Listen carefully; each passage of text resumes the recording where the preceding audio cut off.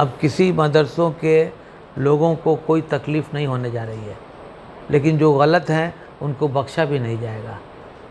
जो कागज़ पे चला रहे हैं, जो पूरे परिवार के अपने सब फैमिली को लेके कागज़ बना के किसी इन्फ्लुएंस से अगर वो ऐसा कर रहे हैं तो ऐसा अब नहीं होने वाला है। एकदम स्ट्रिक्ट कानून से। अभी आप देखें ना, वो शिक्षा विभाग में के पाठक जी पूरा धूप मचाए हुए हैं, तो आप मान के चलिए कि दूसरा के पाठक यहाँ मदरसा बोर्ड में आ गया है। जी हाँ, दुरुस्त सुना आपने। मदरसा बोर्ड को एक नया के पाठक मिल गया है, जैसा ये दावा कर रहे हैं नए चेयरमैन सलीम परवेज़ अंसारी। आज उन्होंने ओहदा संभालने के बाद नामानिगारों से गुफ्तगू की। उन्होंने नई फ़िक्र से तफसीली गुफ्तगू की और उन्हें बताया कि मदरसा बोर्ड में अब किसी तरह की नाइंसाफ़ी नहीं चलेगी। जो लोग कागज़ पे मदरसा चला रहे हैं या अपने कुंबा के नाम पे मदरसा चला रहे हैं, वैसा नहीं होगा। चेयरमैन सलीम साहब ने नई फ़िक्र से तफसीली गुफ्तगू की। आइए उन्होंने जो कहा सुनते हैं। मदरसा बोर्ड गुज़श्ता दिनों बहुत तनाज़े का शिकार रहा। एक शेर थोड़ी सी तरमीम के साथ बर्दाश्त कर लीजिए। उस शेर के लिए तुमसे पहले जो यहाँ तख्त नशी था उसको भी खुदा होने का उतना ही यकीन था। उस शेर ने उस चेयर से बिहार के तकरीबन 3.5 करोड़ के आसपास मुसलमानों और गरीब मुसलमानों, मदरसे की तालीम आज भी पसमानदा तबका के 85% से ज़्यादा मुसलमान बच्चे वहाँ तालीम हासिल करते हैं। मदरसा बोर्ड पे हुकूमत और नीतीश कुमार की हमेशा एक उम्मीद रहती है। नए चेयरमैन के तौर पे कानून साज कौंसिल के साबिक वाइस चेयरमैन सलीम परवेज़ साहब ने ओहदा संभाला है, हमारे साथ मौजूद हैं। इनसे गुफ्तगू करते हैं। सर, ये मुबारक हो आपको। जी बहुत बहुत शुक्रिया। ये मदरसा बोर्ड चैलेंजिंग बोर्ड है। सबसे पहले तो हम अपने नेता आदरणीय नीतीश कुमार जी का शुक्रिया अदा करूंगा कि उन्होंने मुझ पे भरोसा किया, और जैसा कि आपने अभी कहा कि उसे भी खुदा होने का यकीन था, तो नौज़ुबिल्लाह मैं इस तरह का कोई काम नहीं करूंगा और बहुत ईमानदारी के साथ जिस काम को, जिस यकीन के साथ हमारे नेता ने मुझे इस कमज़ोर कंधे पे बोझ दिया है, मैं उनके तमाम सपनों को पूरा करने के लिए और बिलखसूस आपको बताता चलूं कि उमर बिन ख़त्ताब जो 72 लाख मुरब्बा मील पे हुकूमत करते रहे और सादा ज़िंदगी गुजारे, उन्हीं के रास्ते पे चल के मदरसा बोर्ड में जो कमी होगी उस कमी को पूरा करेंगे और बहुत ईमानदारी के साथ जितने भी कमियां रह गई हैं पूरी कोशिश रहेगी ईमानदाराना कि बच्चों की पढ़ाई वक्त पे हो, उनके एग्ज़ाम्स वक्त पे निकले हों, उनका रिज़ल्ट वक्त पे चले, बच्चे मदरसा से कुरान का हिफ्ज़ करके चलें और कुरान का हिफ्ज़ करके साथ साथ उसकी तफसीर, उसका तर्जुमा की पढ़ाई हो, ताकि बच्चों के दिल में कुरान उतरे। जिस तरह से माननीय नीतीश कुमार जी ने बहुत हद तक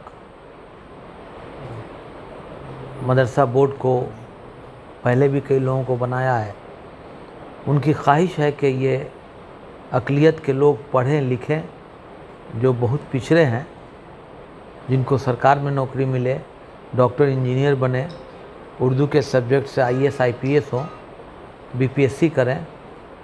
तो जो मुझे वक्त मिला है, मैं उस वक्त में कोशिश करूँगा कि मैक्सिमम इसको ट्रैक पे लाएं। हम जानते हैं कि थोड़ी मोड़ी गंदगी रह गई है, कुछ वो है कि मैं भी आपको एक शेर सुना दूं कि कुछ आंसू मेरे प्यार के पहचान बन गए और कुछ आंसुओं ने प्यार को बदनाम कर दिया। तो all finger are not equal, आपकी अपनी पांचों उंगली बराबर नहीं है, लेकिन मैं पूरी कोशिश करूंगा कि आदरणीय नीतीश जी ने जो मुझ पर जिम्मेदारी दी है उनके ख्वाबों को पूरा करूं, उनके भरोसे पे खरा उतरूं, मेरे दामन पे कोई धब्बा नहीं लगे और जो मदरसा कागज़ पे है या किसी पैरवी पे है वो सब अब नहीं चलेगा। मैं पूरे बिहार का दौरा फेज वाइज करने जा रहा हूँ। अभी 15 अगस्त के बाद से, चूँकि मुहर्रम का महीना है, और उसके बाद से ऑन मेरिट ग्राउंड किसी को आ करके जी हजूरी करने की ज़रूरत नहीं होगी। जिसका जो काम होगा, मदरसा बोर्ड का जो बाईलॉज होगा, जो कानून होगा, उसके लाइट में सारे मदरसे को चलाना है। कंप्यूटर को भी देना है, कंप्यूटर भी हम लोग इंतज़ाम करेंगे। बच्चे सब दीनी तालीम हासिल करें, दुनियावी तालीम हासिल करें। मैंने तो ऐसे ऐसे इस्लामिक स्कॉलर को देखा है कि वो डॉक्टर MBBS हैं, लेकिन इस्लाम के बहुत बड़े स्कॉलर गुजरे हैं, नाम छोड़ दीजिए, और जिनकी तकरीर, जिनकी तफसीर पूरे दुनिया में पढ़ी जाती है। तो यही बुनियाद पे आप क्या करेंगे सर? जितना भी हमसे हो पाएगा, हम अकेला तो मैं अकेला ही चला हूँ जानिबे मंजिल, मगर लोग साथ आते गए, कारवां बनता गया। तो जितना भी काम होगा, हमारी अपनी जो टीम होगी, जो हमारे मदरसा बोर्ड के स्टाफ होंगे, उन लोगों से मीटिंग करके, उन तमाम ओहदेदारानों से बात करके, जो हमारे मेंबर्स हैं उनसे बात करके, जिस तरह से अल्लाह के रसूल असहाब सुफ़ा पे बैठ करके इज्तिमाई राय करके काम करते थे, तानाशाही नहीं करते थे, मैं उन्हीं के नक्शे कदम पे चलूँगा और अपनी पूरी ज़िंदगी की जो 38 साल ज़िंदगी मेरी सऊदी अरब में गुजरी है, जो एक इस्लाम का मरकज़ है, उसी के रास्ते पे चल करके और नीतीश कुमार जी के कामों का घर घर तक पहुँचाऊँगा। मदरसों में सबसे बड़ा खेल कमेटी और बहाली का होता है, और नए नोटिफिकेशन एजुकेशन डिपार्टमेंट ने जो नई नियमावली दी है उसमें सारा कुछ डिपार्टमेंट के पास चला गया। वो उसकी नियमावली के लिए लोग परेशान हैं और उसमें तरमीम की बात हो रही है। हम इन सारे पॉइंट्स को, नियमावली को, बाईलॉज को मैं बिटवीन लाइन पढ़ूँगा, समझूँगा, अपने शिक्षा मंत्री से, विभाग से, आदरणीय मुख्यमंत्री जी से, आदरणीय उप मुख्यमंत्री जी से